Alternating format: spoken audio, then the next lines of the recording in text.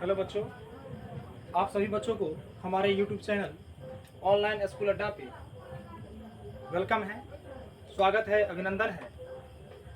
बच्चों, पिछले क्लास में हम संख्या के टाइप्स के बारे में पढ़ रहे थे, जिसमें से प्राकृतिक संख्या, पूर्ण संख्या, उसके बाद जो है पूर्णांक संख्या, सम संख्या तक पढ़ चुके थे। अब हम देखेंगे विषम संख्या के बारे में। उस पर एग्ज़ाम में कैसे क्वेश्चन पूछा जाता है, तो ये सब बारे में देखेंगे। हालांकि इससे संबंधित क्वेश्चन जो है वो आपको द्विघात समीकरण वगैरह पढ़ेंगे तो उसमें देखने को मिलेगा, और वहाँ से अच्छा क्वेश्चन पूछा जाता है जो बहुत इजी होता है और आसानी से आप भी उसको बना सकते हैं। लेकिन मन में कन्फ्यूजन ये नहीं होना चाहिए कि सम विषम में कन्फ्यूजन नहीं होना चाहिए, क्योंकि बहुत सारे बच्चे ऐसे गलती जो है वो कर बैठते हैं जिसके कारण थोड़ा परेशानी हो जाती है। तो ऐसा गलती आप सभी बच्चों को करना नहीं है। उम्मीद कर रहे होंगे कि किसी बच्चों को किसी भी तरह का परेशानी नहीं आ रहा होगा। कोशिश किया जा रहा है कि आप लोगों को किसी भी प्रकार का परेशानी ना हो समझने में, इस तरह से समझाया जाए। और उम्मीद भी करते हैं कि आप सभी बच्चों को किसी भी तरह का परेशानी भी नहीं आ रहा, कठिनाई भी नहीं आ रहा होगा, समस्या भी नहीं आ रहा होगा, और अच्छे ढंग से समझ भी रहे होंगे। आप सारे बच्चे अच्छे होंगे, अच्छे ढंग से पढ़ाई कर रहे होंगे। अब चलिए आगे देखते हैं। आगे हम देखेंगे विषम संख्या के बारे में कि विषम संख्या क्या है, इसके बारे में देखते हैं। विषम संख्या, इसको क्या कहा जाता है? ऑड नंबर भी कहते हैं, ऑड नंबर भी कहते हैं, ऑड नंबर भी कहते हैं। तो विषम संख्या का डिफिनेशन क्या होता है? तो वैसी संख्या जो दो से पूरा पूरा विभाजित न हो। संक्षेप में ऐसे भी हम याद रख सकते हैं कि वैसी संख्या जो दो से पूरा पूरा विभाजित न हो, या फिर बोल सकते हैं कि वैसी संख्या जो दो से पूर्णतः विभाजित न हो, विषम संख्या कहलाता है। इसको लिखते हैं कि वैसी संख्या जो दो से पूर्णतः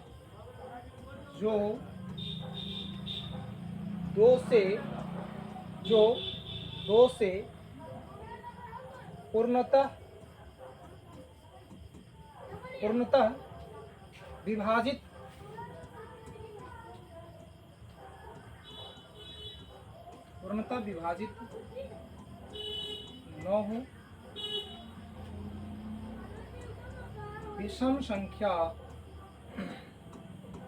हो, विषम संख्या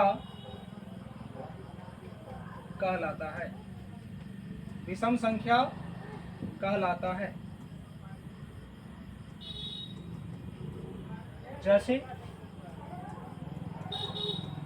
जैसे अगर बात किया जाए तो 1, 3, 5, 7, 9, 11, 13, 15 इत्यादि।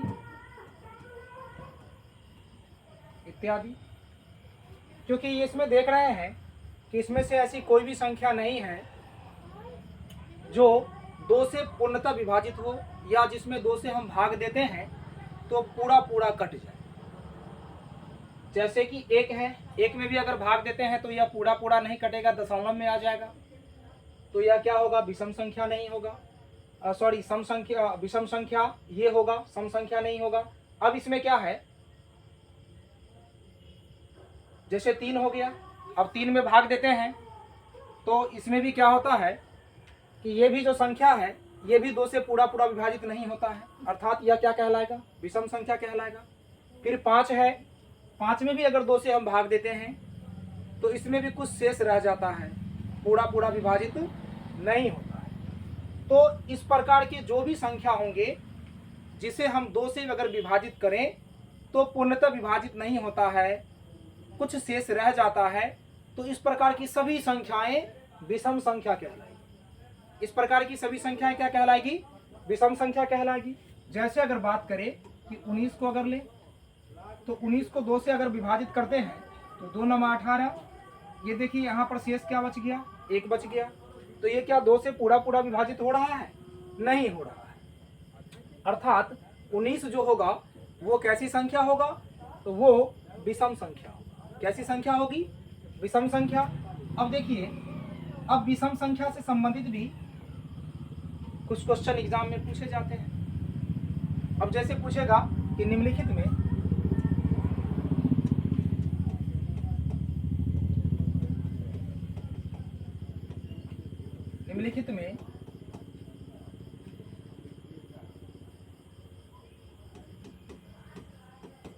विषम संख्या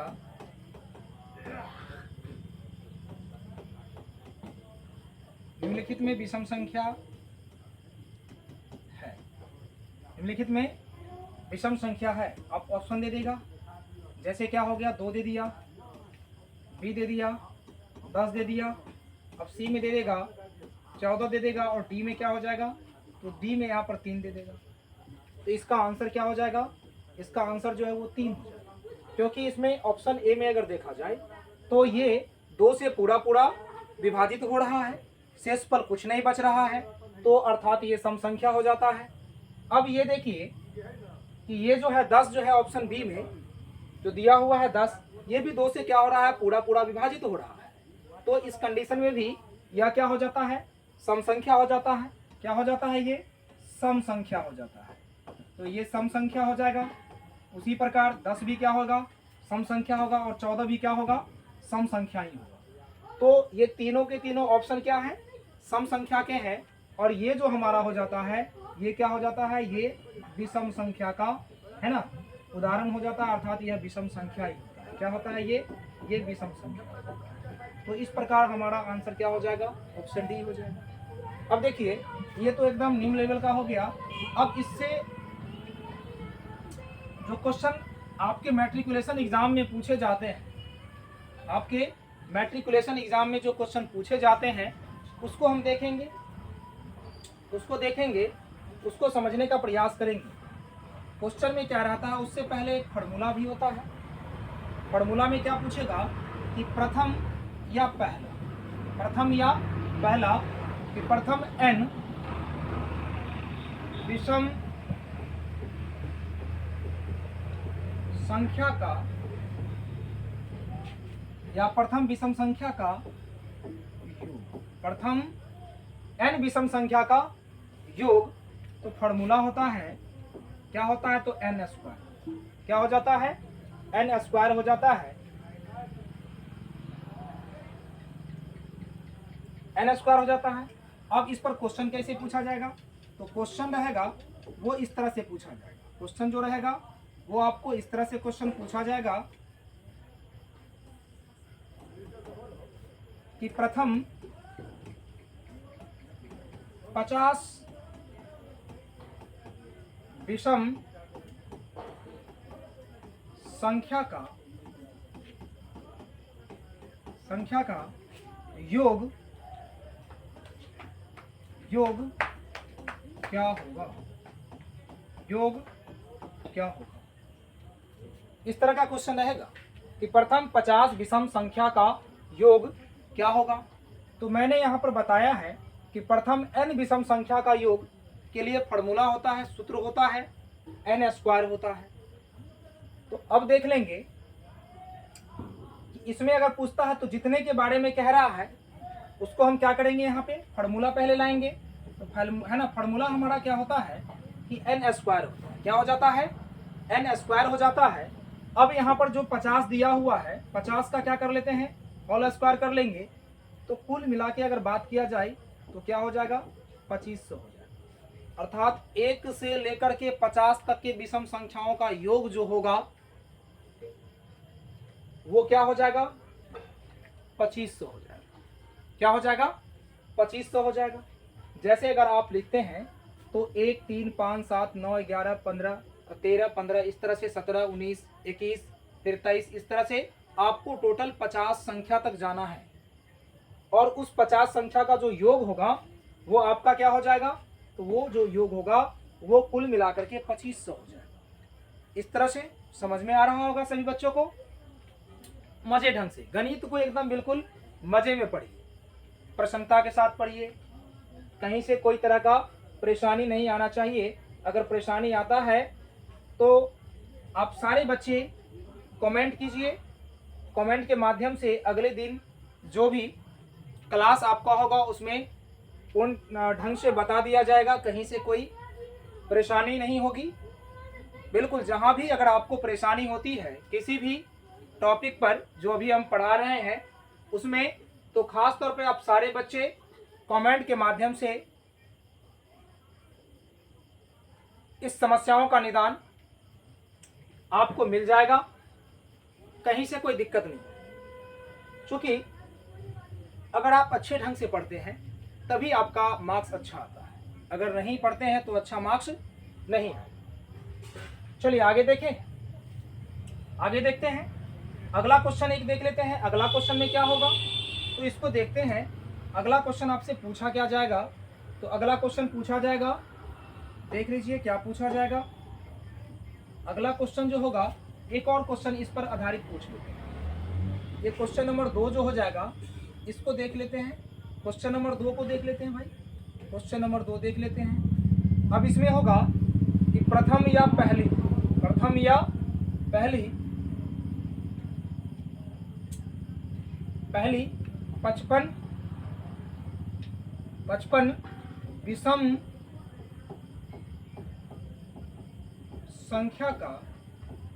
संख्या का योग ज्ञात करें, योग ज्ञात करें, योग ज्ञात करें। अब देखिए इसको कैसे बनाएंगे, तो मैंने इसके लिए फॉर्मूला बताया कि n स्क्वायर होता है, तो क्या करेंगे, n स्क्वायर होता है, इसको हम लिखेंगे n स्क्वायर। अब देख लीजिए क्या करेंगे, 55 का स्क्वायर कर देंगे, 55 का स्क्वायर कर देंगे। अब देखिए 55 का स्क्वायर है, इसके लिए मैंने, या आप इसको शॉर्टकट गुना भी कर सकते हो। अब जैसे कि देखा गया ये कि 25 25 हो गया, हासिल 2 हो गया, 25 25 और 25 25, 25 दूना 50 और 2 52, हासिल बच गया 5, और 25 25 और 5 कितना 30, ये इतना आपका आ गया। जैसे देखिए 5 और 5 को गुना करेंगे तो 25 होगा, हासिल कितना हो जाएगा 2 हो जाएगा, और 25 25 और 25 25, 25 25 50, अब 50 और हासिल जो हमारा हुआ 50 2 52, 52 के 2 हासिल 5, और इसको पुनः गुना कर लेंगे 25 25, तो 25 5 कितना 30 हो जाएगा। ऐसे आप समझ सकते हैं। अगर ऐसे समझ में नहीं आता हो तो हम ऐसे ही बता सकते हैं कि 55 और 55 को गुना करना है, 55 और 55 को गुना करना है। अब क्या होगा कि 25 25 के 5 हासिल 2, 25 25 2 27 के साथ हासिल 2 हो जाएगा, फिर 25 25, अब देखिए 25 25 के 5 हासिल कितना 2, और उसके बाद 25 25 और 2 कितना 25 25 2 27, 2 हो जाएगा। अब जोड़ लेंगे इसको 5 हो जाएगा, और 7 5 क्या 12 के 2 हासिल हो जाएगा, हासिल कितना हो जाएगा, तो हासिल हो जाएगा हमारा 1, और 7 दूना 1 10, और 2 1 कितना 3, अर्थात 3025 तो हमारा आ जाएगा, आसानी तरीके से आ जाएगा 3025 कितना आ जाएगा 3025 आ जाएगा। तो ये हमारा क्या आ जाएगा, आंसर आ जाएगा। इस तरह से आपको इस तरह के जो भी क्वेश्चन आएंगे आसानी से आप इसको हल कर सकते हैं, इस तरह से हल कर सकते हैं। मैं एक दिन का वीडियो आपको जैसे गुना से संबंधित जो भी प्रॉब्लम होता है बच्चों को 2 अंकों के गुना में, तो उसको मैं एक वीडियो में बना के दे दूंगा, आप उसको देखेंगे, या एक क्लास मेरा रहेगा जिसमें जो आसानी तरीके से गुना को कर सकते हैं, उस तरह का एक दिन का क्लास होगा, ज़्यादा देर का नहीं, कम देर का ही होगा। आप उसको देख करके आराम से एग्ज़ाम में भी या फिर घर पे बनाते हैं किसी भी तरह के क्वेश्चन को, तो उसको बना सकते हैं। सभी बच्चों को समझ में आ रहा होगा, कहीं किसी तरह का कोई परेशानी नहीं होगी। चलिए आगे देखते हैं प्यारे बच्चों। अब जो अगला हमारा होगा संख्या, वो हम भाज्य संख्या के बारे में पढ़ेंगे। किसके बारे में पढ़ेंगे, भाज्य संख्या के बारे में पढ़ेंगे। अब देखिए अगला जो होगा हमारा भाज्य संख्या के बारे में होगा। तो भाज्य संख्या है ना, या इसी को कहते हैं भाज्य संख्या को भाज्य या यौगिक, क्या कहते हैं, यौगिक संख्या भी कहते हैं। इंग्लिश में इसे क्या कहा जाता है, तो कंपोसाइट कहते हैं, कॉम्पोसाइट कहते हैं। कॉम्पोसाइट नंबर क्या होता है? कॉम्पोसाइट नंबर। भाज्य को कॉम्पोसाइट नंबर मतलब संख्या, कॉम्पोसाइट नंबर अर्थात भाज्य या यौगिक संख्या, भाज्य संख्या या यौगिक संख्या इसे कहते हैं। अब चलिए, अब इसे हम देखेंगे कि भाज्य संख्या क्या होता है। तो वैसी संख्या जो एक से, स्वयं से एवं किसी अन्य संख्या से विभाजित होता है तो उस संख्या को भाज्य संख्या कहते हैं। उस संख्या को क्या कहते हैं? भाज्य संख्या कहते हैं। और इससे संबंधित भी कुछ क्वेश्चन होते हैं जो पूछे जाते हैं, कंपटीशन वगैरह में भी पूछे जाते हैं, बहुत सारे एग्जाम होते हैं वहाँ भी इस तरह के क्वेश्चन जो हैं पूछे जाते हैं। अब जैसे देखिए, इसके बारे में हम समझते हैं। मैंने तो बता दिया कि वैसी संख्या जो स्वयं से, एक से और इसके अलावा कोई अन्य संख्या से अगर विभाजित होता है तो उस संख्या को भाज्य संख्या कहते हैं। अगर उसी में क्या होता है कि अभाज्य की भी बात अगर किया जाए तो स्वयं और एक के अलावा किसी अन्य संख्या से विभाजित न हो तो उस प्रकार की संख्या को क्या कहते हैं? अभाज्य संख्या कहते हैं। चलिए आइए इसको देखते हैं, इसके डिफिनेशन के बारे में कि वैसी संख्या, वैसी संख्या जो एक कॉमा स्वयं, एक कॉमा स्वयं तथा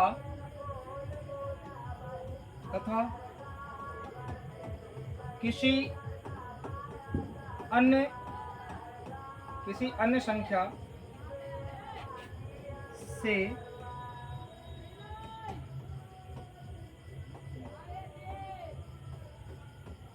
से विभाजित हो भाज्य संख्या कहलाता है या भाज्य संख्या कहलाता है। इसी को हम यौगिक संख्या भी कहते हैं। क्या कहते हैं? यौगिक संख्या भी कहते हैं। इसी को क्या कहते हैं? यौगिक संख्या भी कहते हैं। अब देखिए, मैथ से इन छोटे छोटे जीवों को भी इतना अच्छा लगाव हो रहा है कि ये लोग भी पढ़ने के लिए, जब पढ़ाने के लिए आते हैं तो ये लोग भी पढ़ने के लिए आ जाते हैं। इस डिफिनेशन को थोड़ा लिख देते हैं सही से। वैसी संख्या जो एक स्वयं तथा किसी अन्य संख्या से विभाजित हो, किसी अन्य संख्या से विभाजित हो, भाज्य संख्या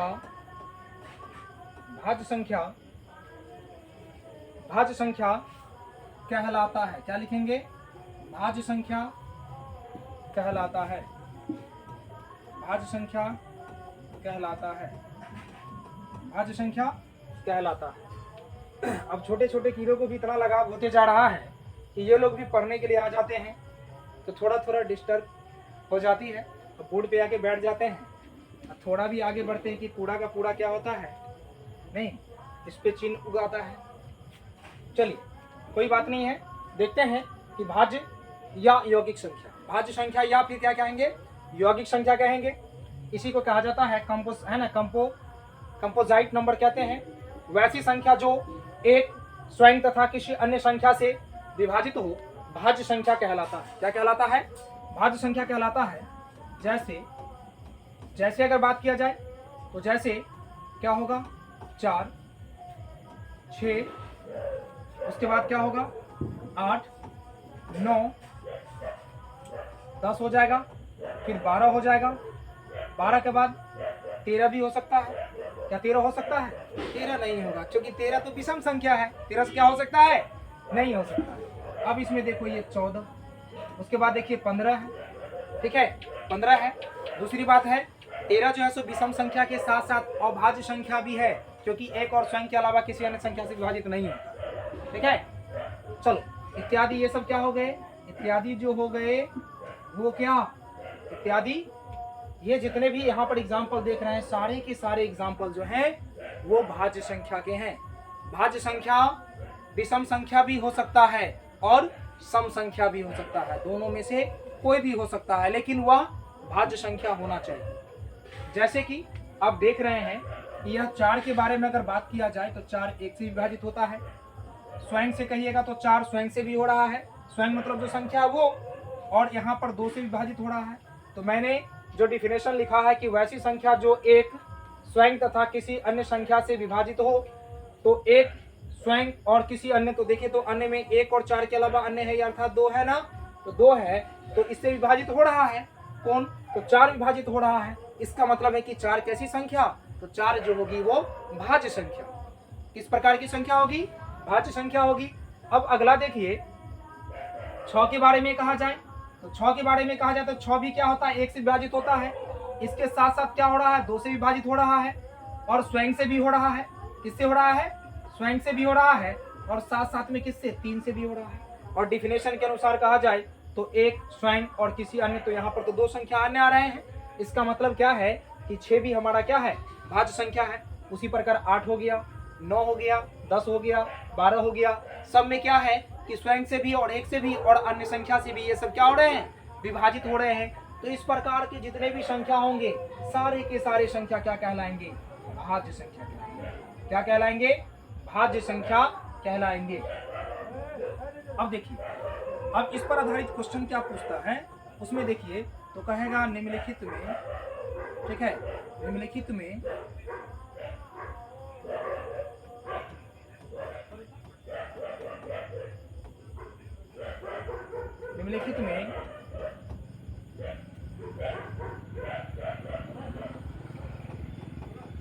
कौन संख्या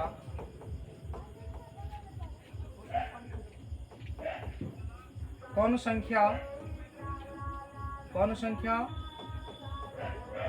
संख्या है, भाज्य संख्या है। इस तरह का पूछेगा क्वेश्चन।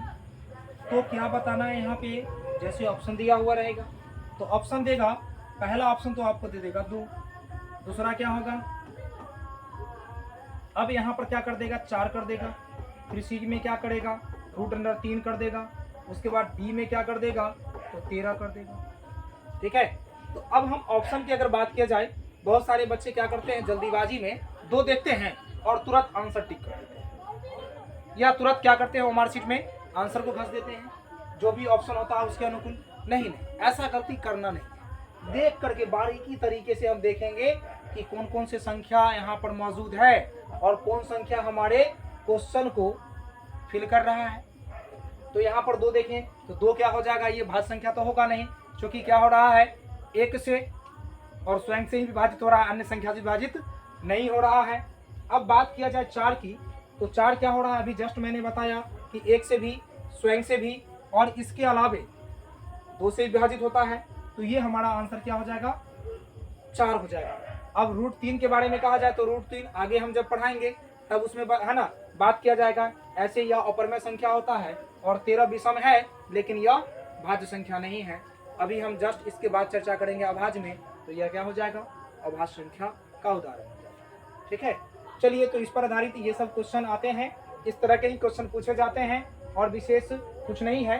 हाँ, आपको द्विघात समीकरण जब पढ़ाएंगे तो वहां पर इसका जिक्र आएगा, इसीलिए पहले मैं बेस बता रहा हूं ताकि वहां बताने की आवश्यकता नहीं होगा। आप लोग एकदम बिल्कुल मजबूत तरीके से पढ़ेंगे और जब इस तरह से पढ़ेंगे तो कहीं भी कठिनाई नहीं होगी। चलिए आगे देखते हैं। आप सारे बच्चे हमारे YouTube चैनल ऑनलाइन स्कूल अड्डा को सब्सक्राइब करेंगे, उसके साथ साथ बेल आइकन भी दबा देंगे ताकि नोटिफिकेशन आप लोगों को मिलते रहे, और अपने साथियों तक इसे शेयर करने का काम करें ताकि हमारा वीडियो आप तक, हमारा क्लास आप तक और आपके तमाम साथियों जो इस बार 2024 में एग्जाम देंगे उन तक पहुंच सके। जब कंपटीशन होता है तभी पढ़ने में मजा आता है, बिना कंपटीशन का पढ़ने में कोई मजा नहीं है। जब आपके साथ बराबरी का कोई टक्कर लेने वाला होता है पढ़ाई के क्षेत्र में, तब पढ़ने में मजा आता है।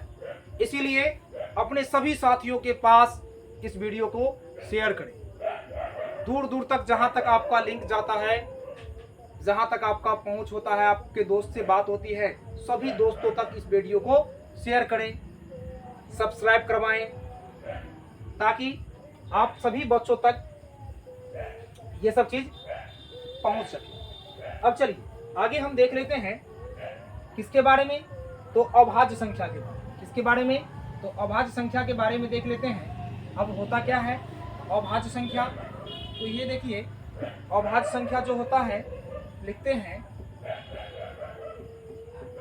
अभाज्य संख्या, इसको एक और नाम दिया जाता है, तो क्या, रूढ़ संख्या। रूढ़ संख्या इसको कहा जाता है, क्या कहते हैं, तो प्राइम नंबर कहते हैं, प्राइम नंबर कहते हैं। मेरी प्यारी बच्चों, ऐसे भी बताया जाता है कि भगवान के रूप होते हैं, छोटे छोटे बच्चे, नन्हे मुन्ने बच्चे जितने भी होते हैं, वो सब भगवान के प्रतीक के रूप में जाने जाते हैं, भगवान के समान होते हैं। आप लोग जितने अच्छे ढंग से पढ़ेंगे, जितने अच्छे ढंग से मेहनत करेंगे, उसी का प्रतिफल हर साल बच्चों को एग्ज़ाम देने के बाद प्राप्त होता है।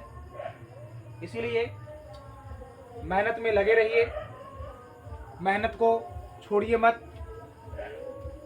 जब कुछ पाना होता है तो बहुत चीज़ त्याग करना पड़ता है, उसके लिए आपको थोड़ा त्याग करना पड़ेगा। त्याग के रूप में क्या, थोड़ा एक्टिव रहना पड़ेगा, फुर्तीला रहना पड़ेगा पढ़ने के प्रति, और नींद को त्यागना पड़ेगा, आलसी पाना को त्यागना पड़ेगा, तभी आप अच्छा कर सकते हैं। अन्यथा ये सब चीज को जो बच्चे नहीं त्यागते हैं, वो बच्चे अच्छा नहीं कर सकते हैं, अच्छा मार्क्स नहीं ला सकते हैं।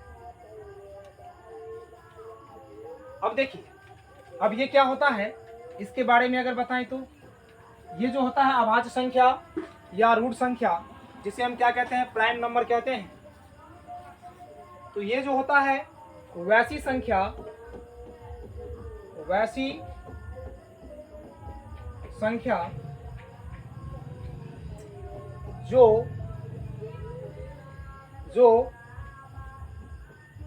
एक और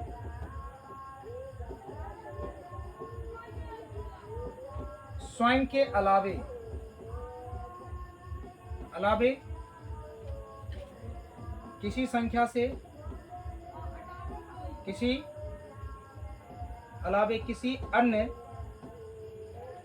है ना, एक और स्वयं के अलावे किसी अन्य संख्या से, किसी अन्य संख्या से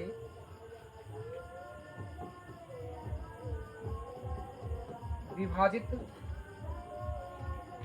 किसी अन्य संख्या से विभाजित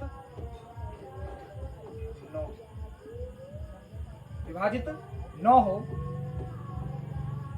अभाज्य संख्या कहलाता है, अभाज्य संख्या कहलाता है।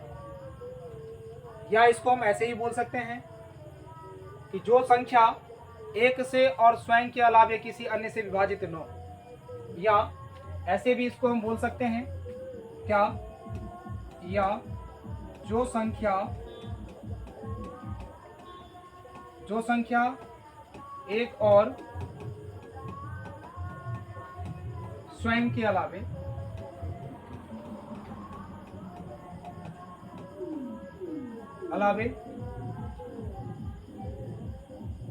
स्वयं के अलावे अन्य संख्या से विभाजित न हो, अन्य संख्या से विभाजित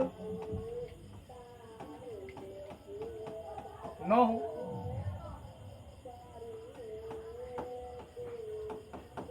अभाज्य संख्या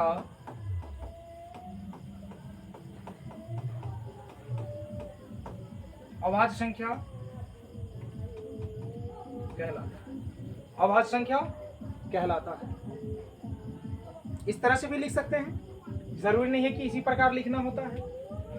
डिफिनेशन को जैसे आप चाहेंगे, लेकिन जो सही परिभाषा है, जो भाज्य संख्या, अभाज्य संख्या या किसी भी संख्या पर सटीक बैठता है, उसी भाषा को हम लिखने का प्रयास करेंगे, नहीं तो गलत हो जाएगा। नहीं तो क्या हो जाएगा?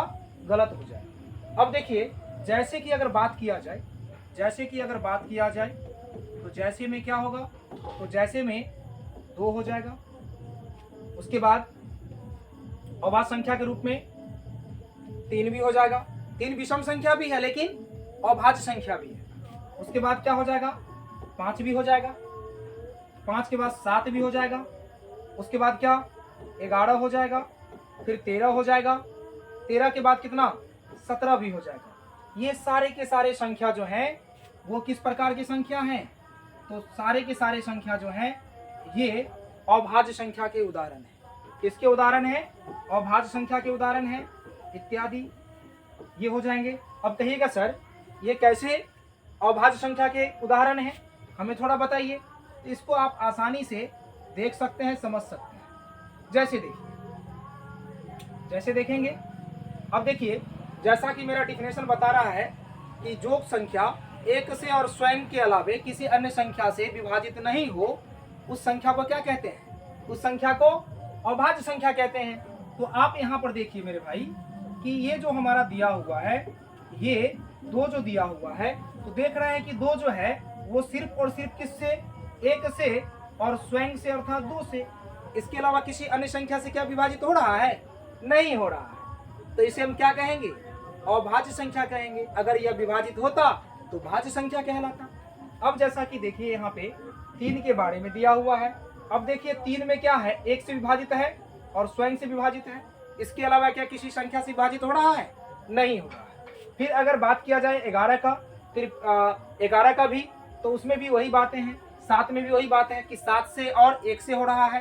5 से विभाजित, 5 से भी देखेंगे तो 5 में भी क्या है कंडीशन? इसमें भी वही बातें हैं कि 1 से और 5 से विभाजित हो रहा है। तो यह संख्या क्या होगा? है ना, अभाज्य संख्या कहलाता है। जो 1 और स्वयं के अलावा किसी अन्य संख्या से विभाजित नहीं होता है, उस संख्या को क्या कहते हैं? अभाज्य संख्या कहते हैं।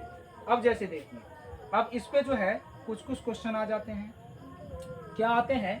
तो अब इसको हम देखेंगे, थोड़ा सा देखेंगे। जैसे भाज्य संख्या की अगर बात किया जाए तो उसमें भी पूछा जाता है, क्या पूछते हैं कि सबसे, भाज्य संख्या की अगर बात किया जाता है तो उसमें ही पूछा जाता है। ठीक है, एक पॉइंट यहाँ पर थोड़ा हम देख लेंगे, इस पॉइंट को थोड़ा सा देख लेंगे क्या कि जैसे अगर बात किया जाए, ठीक है, इस पॉइंट को देख लेंगे कि सबसे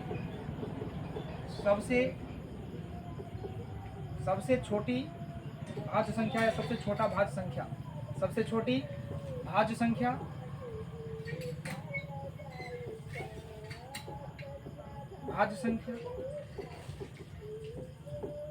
सबसे छोटी भाज्य संख्या। तो सबसे छोटी भाज्य संख्या क्या होता है? तो हमारा 4 होता है। क्या हो जाता है? 4 होता है। 4 से छोटा क्या होता है? 3 होता है और 2 होता है, जो कि क्या है? जो कि यह अभाज्य संख्या है। क्या है? अभाज्य संख्या है। अब देखिए, अब अगर इसमें बात किया जाए तो अब देखते हैं अभाज्य संख्या पे। अभाज्य संख्या, ये तो भाज्य के लिए था। किसके लिए था? भाज्य के लिए, भाज्य के लिए था। अब देखते हैं किसके लिए? तो अब देखते हैं अभाज्य के लिए। यहाँ पर पूरा इंडिकेट कर देते हैं ताकि कहीं से भी कोई दिक्कत नहीं हो। ये किसके लिए? तो ये लिखिए भाज्य संख्या के लिए। किसके लिए लिखे? भाज्य संख्या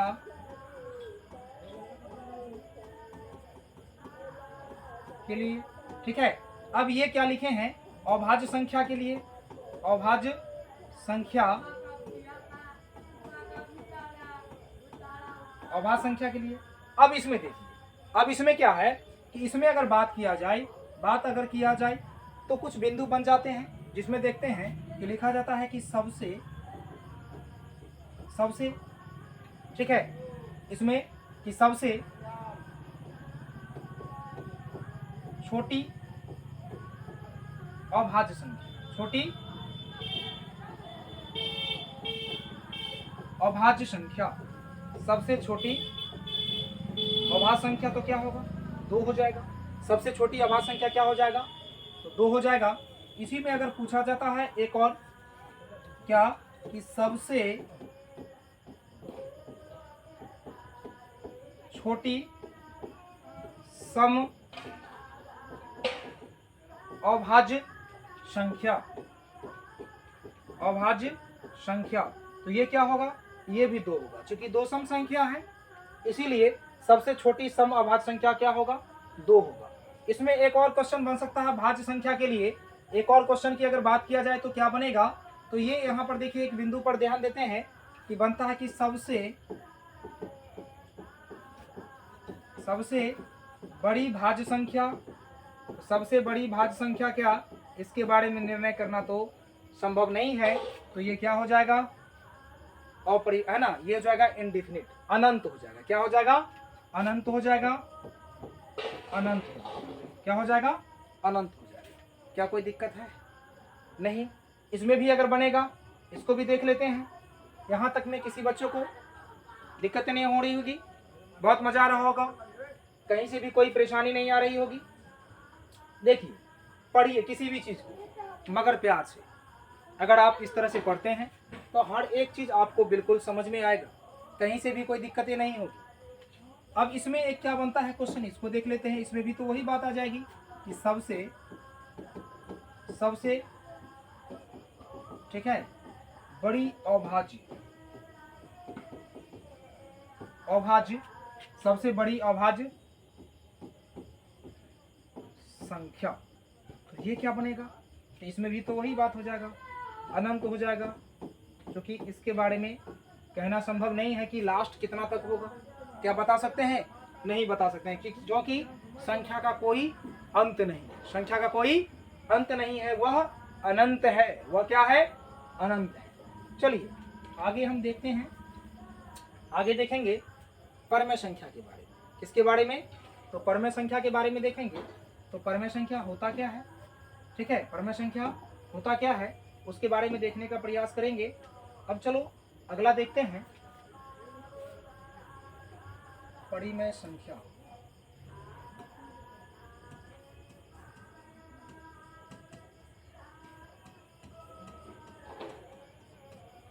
परमेय संख्या इसको क्या कहते हैं, इसको रेशनल नंबर कहते हैं, रेशनल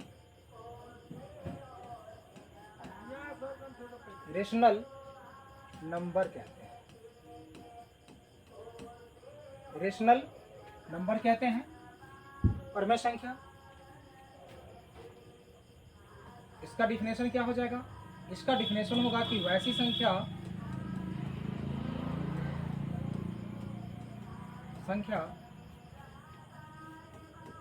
जो पी वाई क्यू के रूप में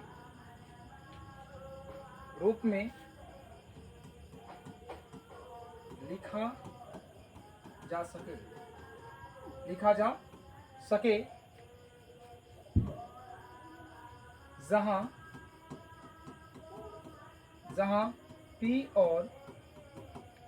जहां P और Q एक पूर्णांक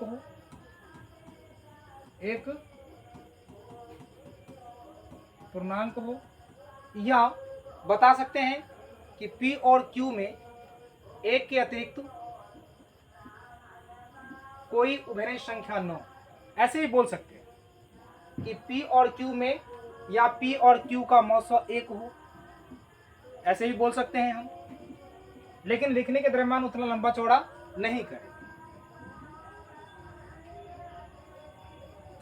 तथा Q इजकल टू नॉट 0, तथा Q इजकल टू नॉट 0, तथा Q इजकल टू नॉट क्या हो, 0 हो, क्या कहलाएंगे,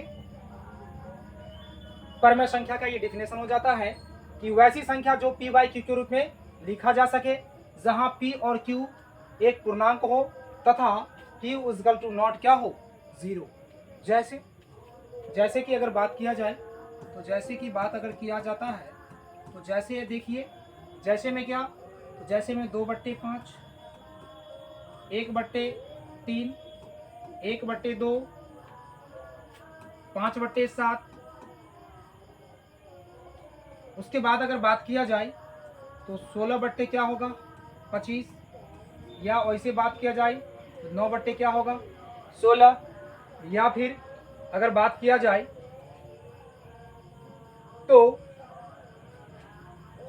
बात अगर किया जाए तो कितना हो जाएगा 9 बट्टे √9 बट्टे कितना हो जाएगा, तो √9 बट्टे हो जाएगा हमारा 16 भी हो सकता है।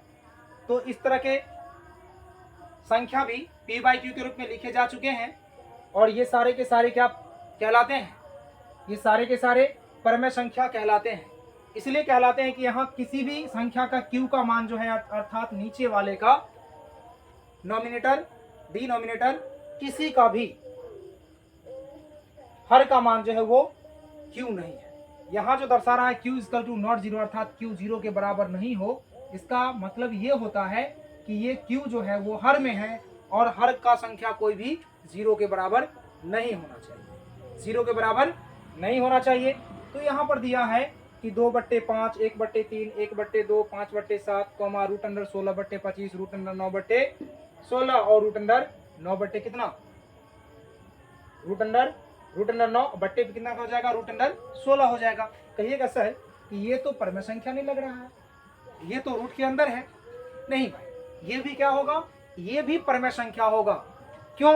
क्योंकि इसका पूर्णतः मान हमें मालूम हो जाता है, इसीलिए यह क्या होगा, यह पूरा का पूरा क्या होगा, परमेय संख्या ही होगा। जैसे अगर 16/25 की बात करते हैं तो इसका वर्गमूल क्या होता है, इसका वर्गमूल तो यहाँ पर हम लिख देंगे 4 चौका 16, 4 गुने 4 बट्टे कितना 5 गुने 5, इसमें से एक 4 बाहर ऊपर हो जाएगा और एक 4 क्या हो जाएगा नीचे आ जाएगा, तो 4/5 आ गया। तो 4/5 तो परमेय संख्या होता है।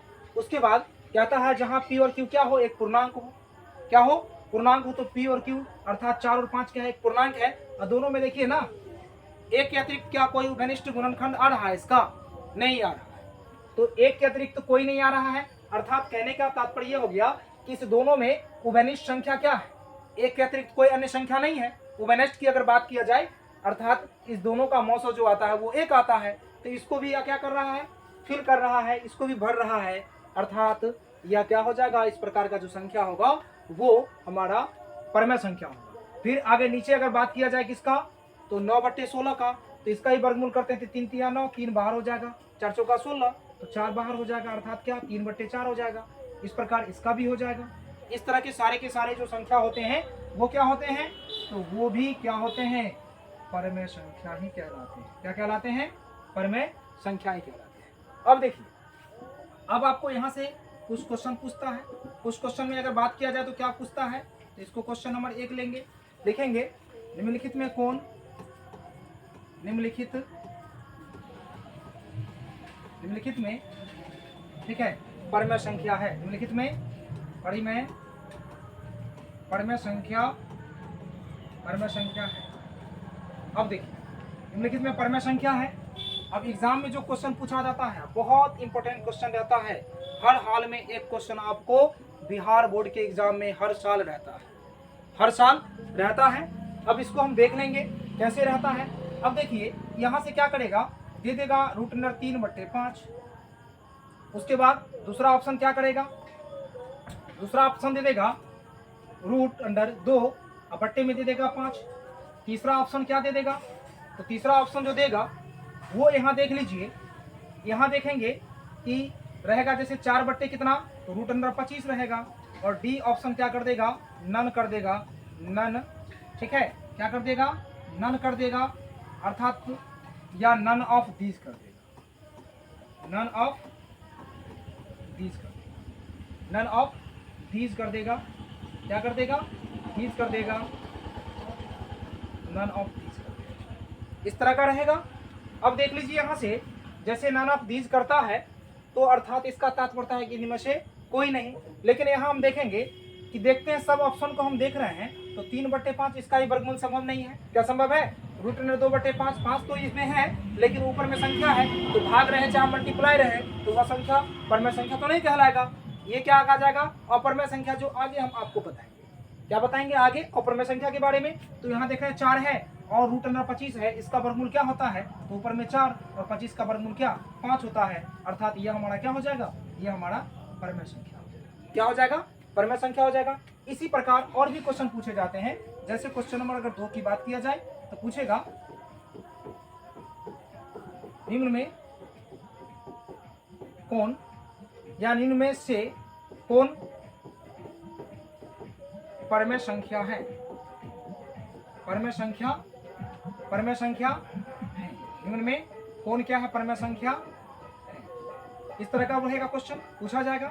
इस तरह क्वेश्चन पूछा जाएगा तो आप इसको हम पुनः बता सकते हैं।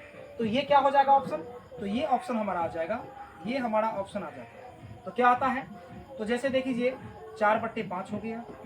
बी में क्या हो जाएगा, तो बी में अगर बात किया जाए तो रूट अंडर 7 बट्टे क्या हो जाएगा, रूट अंडर 13 हो जाएगा। उसी प्रकार सी में अगर बात किया जाए तो रूट अंडर 2 बट्टे कितना, रूट अंडर 5 हो जाएगा।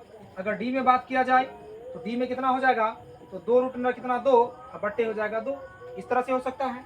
तो इसमें देखिए कि सब ऑप्शन तो हम देख रहे हैं, सब ऑप्शन हम देख रहे हैं, तो क्या है कि सारे के सारे ऑप्शन जो हैं वो परमेय संख्या के नहीं है, सिर्फ और सिर्फ ऑप्शन नंबर ए के अलावे क्या, तो यही हमारा क्या हो जाएगा, परमेय संख्या का एग्जाम्पल हो जाएगा, उदाहरण हो जाएगा, अर्थात ये हमारा आंसर आ जाएगा। इसमें से क्या आ जाएगा, आंसर आ जाएगा। चूंकि परमेय संख्या का एग्जाम्पल तो यही आ रहा है, 4/5 कैसी संख्या, तो परमेय संख्या, इसलिए कि ये जो है तो पी बाई क्यू के रूप में हमको इसे हम लिख सकते हैं और को पी बाई क्यू के रूप में लिख सकते हैं, लेकिन यह पूर्ण मान नहीं है, यह रूट के अंदर का मान है, इसलिए और सब जो है ये सब परमेय संख्या नहीं कहलाएंगे। ये सब क्या नहीं कहलाएंगे, परमेय संख्या नहीं कहलाएंगे। चलिए, उम्मीद कर रहे होंगे कि आज का सेशन आप सभी बच्चों को अच्छा लगा होगा। आप सभी बच्चों के लिए हमारी और हमारी टीम जो है वो शुभकामनाएं देती हैं कि आप लोग का बोर्ड का एग्जाम 2024 का जो होने वाला है उसमें सभी बच्चों का मार्क्स जो है बहुत अच्छा है, और सभी बच्चों से अपील की जाती है कि सभी बच्चे ऑनलाइन भी जुड़े। अब जो है हम ऑब्जेक्टिव क्वेश्चन को लेके आने वाले हैं एपी के, किसके लिए, एपी के लिए, अर्थात चैप्टर जो हमारा होगा वो एपी होगा, एपी चैप्टर होगा। इसके लिए इसको क्या कहते हैं, इसको अगर कहा जाए, इसको अगर कहा जाए तो अरिथमेटिक प्रोग्रेशन कहते हैं। क्या कहते हैं, अरिथमेटिक प्रोग्रेशन कहते हैं। अगर हिंदी में अगर बात किया जाए, ठीक है, एपी को अगर हिंदी में बात किया जाए तो क्या कहेंगे हिंदी में, तो हिंदी में अगर बात किया जाए इसको कहते हैं समांतर श्रेणी कहते हैं। क्या कहते हैं, समांतर श्रेणी कहते हैं। और इंग्लिश में बात किया जाए तो अरिथमेटिक प्रोग्रेशन कहते हैं। इंग्लिश में अगर बात किया जाए तो क्या कहते हैं, अरिथमेटिक प्रोग्रेशन कहते हैं। ठीक है, तो इसके बारे में डिटेल से चर्चा करेंगे जब हम चैप्टर इसका पढ़ाएंगे, सब्जेक्टिव का और ऑब्जेक्टिव का दोनों, उस समय। लेकिन फिलहाल आप सभी बच्चों के लिए खुशखबरी ये है कि इसका हम ऑब्जेक्टिव का डील कराने वाले हैं एकदम बिल्कुल आसान तरीकों से, ताकि आप एग्जाम में जा करके बहुत ही आसानी तरीके से और कम समय में 100% सत्य क्वेश्चन को बना करके आएंगे, सही बना के आएंगे और कॉन्फिडेंस के साथ बना के आएंगे। तो सही बच्चे ऑनलाइन स्कूल अड्डा हमारा जो यूट्यूब चैनल है उससे जुड़े, सभी क्लास को रेगुलर रूप से देखें, ताकि आप सभी बच्चों को बहुत ही ज्यादा फायदा होने वाला है। और ये ज्यादा क्षण दूर नहीं है, बहुत ही जल्द आप लोगों का एपी का ऑब्जेक्टिव हमारे यूट्यूब चैनल ऑनलाइन स्कूल अड्डा पे कराया जाएगा। आज का सेशन हम यहीं समाप्त करते हैं। सभी बच्चे हमारे ऑनलाइन स्कूल अड्डा जो चैनल है यूट्यूब का, उसको सब्सक्राइब करें, शेयर करें, ताकि सभी बच्चों, बिहार में जितने ही बच्चे इस साल बैठने वाले हैं एग्जाम में, बिहार बोर्ड के एग्जाम में 2024 में, उन सभी बच्चों तक पहुंच पाए। चलिए फिर मिलते हैं अगले क्लास में, तब तक के लिए धन्यवाद।